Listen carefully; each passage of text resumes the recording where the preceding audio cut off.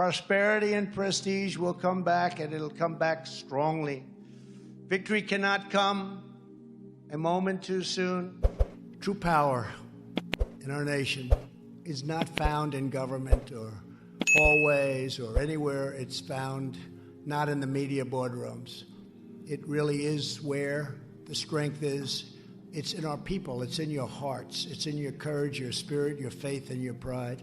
And we have to throw off the shackles of globalism and reassert two very important words. You know what the words are?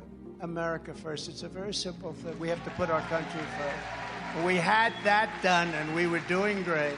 Put you first. Put your families and your communities first. You remember when I was campaigning, I used to say, not thinking this could even be very possible, but it always had a chance. It will be Venezuela, large scale, or Venezuela on steroids. That's what's happening to our country. It's not even thinkable. They're trying to steal your vote. They're trying to steal your voice and steal your country. They're trying to steal your country. And they don't have what it takes. We have to run aggressive, unrelenting, and boldly populist campaigns. Populist. We want to be populist. We want to love our country. That's what we want. But the radical Democrats are willing to do anything to smear anyone and to lie about everything in their craven quest for power and money and other things, I guess. I don't want to tell you what those other things are, but they're not good. I ask you to get ready to work, to get ready to fight, and to get ready to win, and win like never before. We have to take this chance to shatter the corrupt Washington establishment once and for all. They drive up the price of your energy for your family while they are shuttled around in limos and airplanes on American taxpayer dollars. We will do what we have to do, but we will stop defrauding all of the people in our country, because they've defrauded the people in our country. We'll defend democracy, and yes, we will drain the swamp. We have to seize this opportunity to deal with the radical left, socialist lunatics and fascists, and we have to hit them very, very hard. It has to be a crippling defeat, because our country cannot take it. These are the same bought and paid for politicians who let special interests write the laws, who push trade policies to enrich foreign nations, and who beg far-left judges to rewrite the Constitution of the United States to impose their own extreme ideology, because now they have an excuse to do whatever they're doing. And I will tell you, it would have never, ever happened in a million years under Trump. I can tell you that. Believe me, we're just getting started. We have such potential. Such potential. Under the Trump administration, we had the greatest economy in the history of the world. We had no inflation. We had no inflation. It was just, nobody could even believe it. After the pandemic, we handed the radical Democrats the fastest economic recovery ever recorded, the history of our country ever recorded.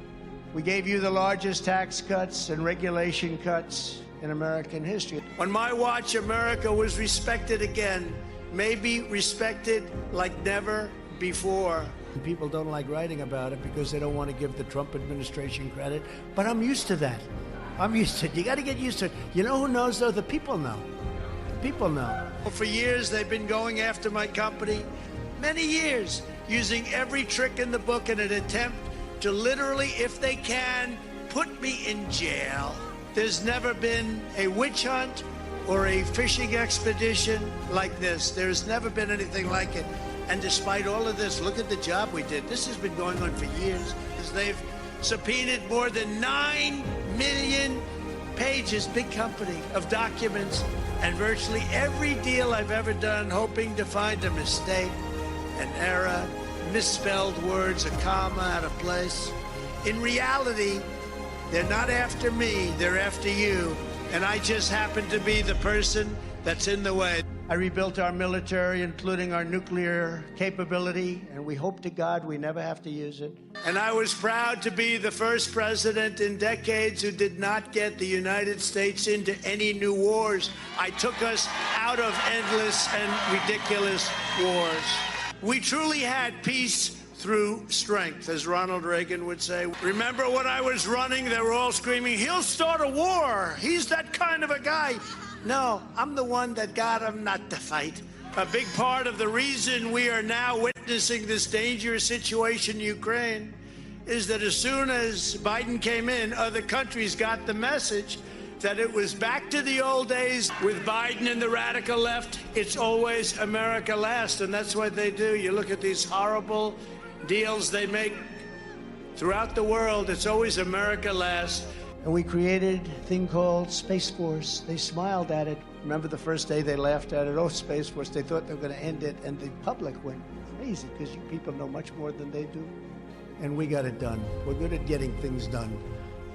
We got the vote, and people were shocked, and nobody else could have done it. We were going to be energy dominant. Now the United States is becoming a beggar for energy. We're begging.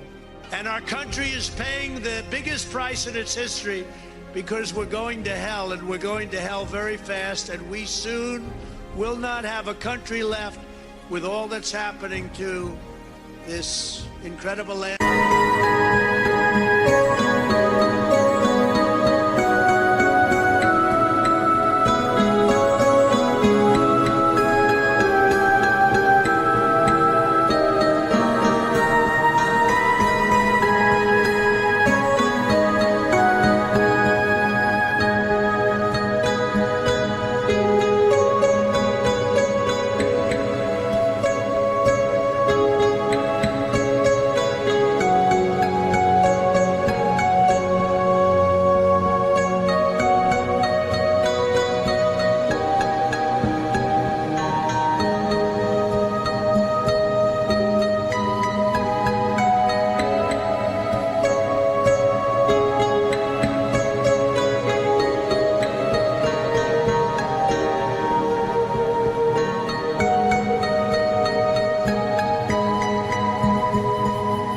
Of ours by these radical left crazy people, and the labor force participation is the worst in many, many decades. That's the number that you have to look at. Hey, look at what's going on. This would have never happened with us.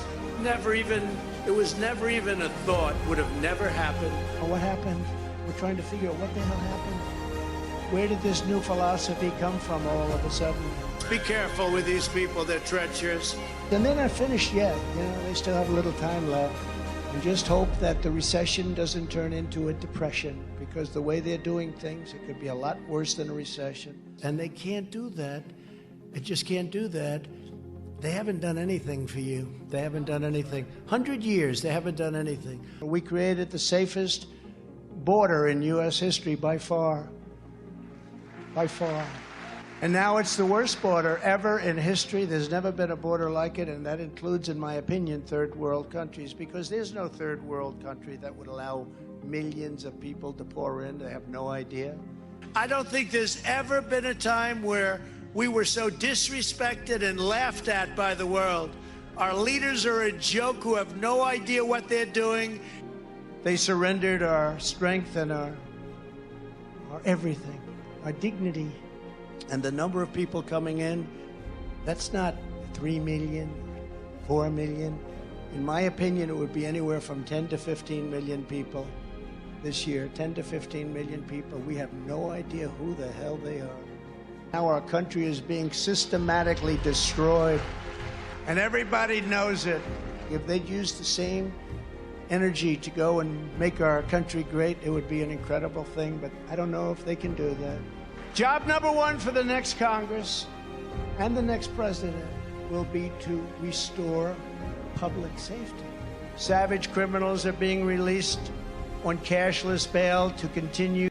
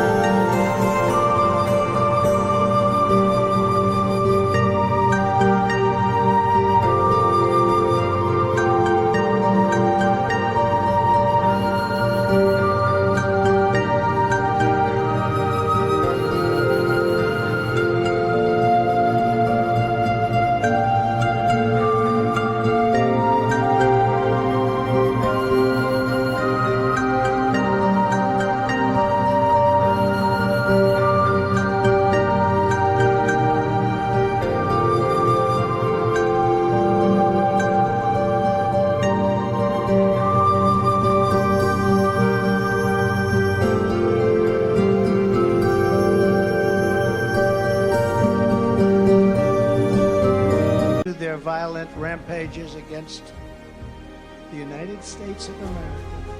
Every American of every background deserves to live in safety and in peace. Every American. Our philosophy is grounded in the sacred bonds of love and loyalty that unite all Americans, and we really have been united. It's been an incredible thing. A lot of great things have been happening. You don't necessarily see it at the top of government, where the hatred is tremendous, the hatred toward us. And a lot of it is because of the success, families of success. Another key priority for the next Congress and the next president will be to drain the swamp once and for all.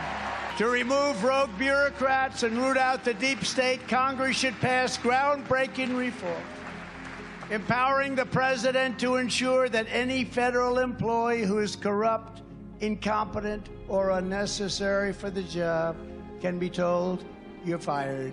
You ever hear that? You're fired. We can't do it anymore. We got to run this country properly. Lifting up citizens of every background, race, religion, color, and creed.